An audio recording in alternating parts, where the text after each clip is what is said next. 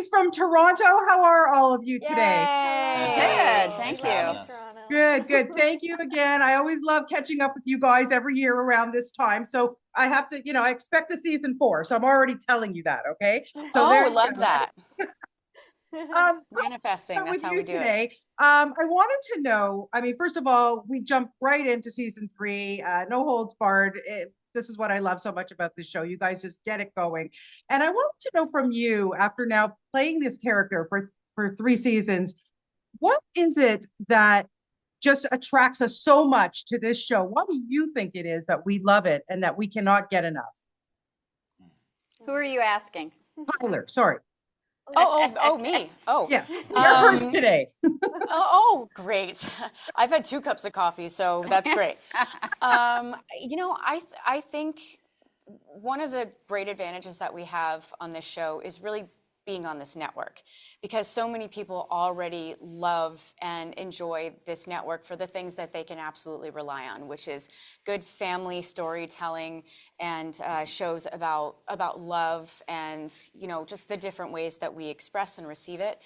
And I think we've been given such a wonderful opportunity to take that and then like multiply it and be able to show, let's say, a little bit more of the harder sides, of life. And granted, we have this fantastical, element about the show, which is literally the pond. Yes. So we get to have a lot of fun with that, but with the pond comes a lot more complication. And I think because we have to be so specific with the way that we're storytelling, Yeah. it's very uniquely done. It's very intentionally done. Our words are purposeful. Yeah. The interactions, every little thing means something that will come into play some way down the road.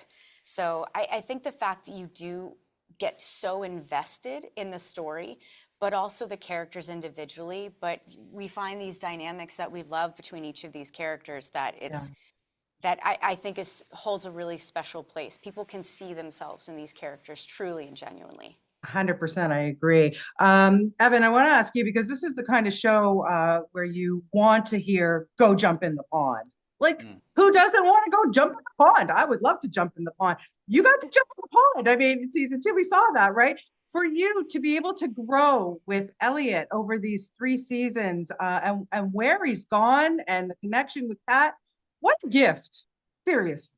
Totally. I was thrilled.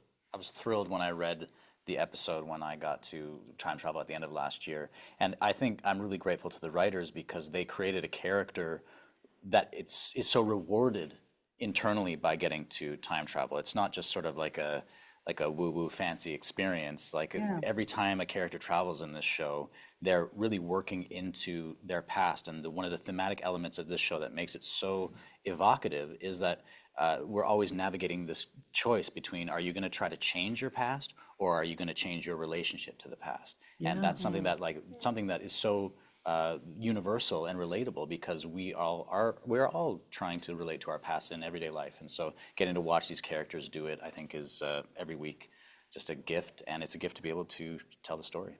Yeah, Andie, let's go to you next. I love you in this role as Dell. I mean, look, you've been in this business a few years. You've had a few roles in your career, I gotta say, look. But for me, just watching you play her, I don't know, you just exude this is an extra special gift for you to play this woman and having been able to play her for 3 years, especially being a mother, and seeing your two beautiful daughters grow and what they've accomplished. How special is it for you to play Dell and also the cliffhanger from season two into season three? Like, wow, really like very amazing for you, I think. I always, I love to carry the torch for mature women. Yeah. I'm the oldest character, and it's really important for me to represent women in a way that shows that we are valuable and have strength and power, and that we're not a cliche kind of woman. And the writers have been very good about giving me some power, really powerful moments that Yeah. are strong and even masculine. There is definitely a feminine side to Dell, but she also has a lot of strength. And that's been a lot of fun for me to be able to have that as a mature woman. Yeah, yeah, no. Not just to be an old granny. Oh, please, please. You will Not never that be being an a old- grandmother. I love being a grandmother, but Yeah. it's important to me that I'm still have value and that I'm strong. Oh, please, of course. Yeah, no, you just really engulf this character beautifully. I totally relate to her, I gotta say. Okay, Sadie, our Toronto girl, how are you? Thank you. Love talking to you all the time. Okay, I just gotta know, what excited you most about jumping into season 3? Yeah, when I got on the phone to talk to our writers about this season, it was the definition of everything you want and more, because all the things that I was hoping that would happen for Alice were on their list of things that we got to do, and then everything that I could never possibly imagine they would go there, we get to do as well. And so some of those things we've already seen, like going back to the 70s, meeting younger Colton, younger Dell, and sort of diving into that that conversation that we saw Dell and Evelyn have after the Lingermore party. I wanted to know more about that. I wanted to go back to the past and kind of get into a new era. And so the 70s has been so much fun. And our 70s cast too, Julia Tomasone and Jordan Dow and Devin Chiquetto, like it's just been fabulous building that world together. Yeah. And then, all the sort of growing up that Alice has to do was something that I don't think I could have pictured what that would look like. And so it's been beautiful exploring how Alice's relationship to everyone in her family has changed and like how growing up affects them. Yeah, I love the 70s. Got to say, it's my favorite decade, music-wise, everything-wise. So The music is fabulous. really cannot top it. I don't care what anybody says. Okay, I'm going to wrap it. Andie, I'll just ask you the last question here. After being in the show for 3 seasons now, and hopefully more, does it ever make you think about maybe wanting to go back and think about what your family endured back in the past, or go back and visit them?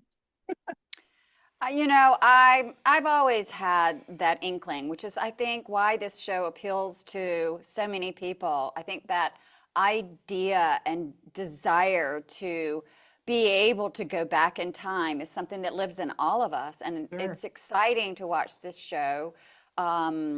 Because of that, I think that aspect of it is what is so thrilling. Not only do we have a great dynamic with generationally, we have all these strong women, and you too, sweetheart. Yes.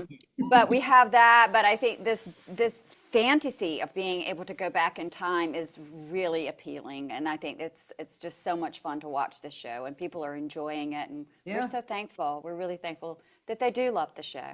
Well, we're thankful for all of you. Thank you again. I hope next year at this time we will be reunited again. But congratulations on a great season 3. Always my pleasure to talk to you guys, and have a wonderful day. Appreciate it. Thank you Thank so you. much. Okay, You bye. too. Take care. Bye-bye.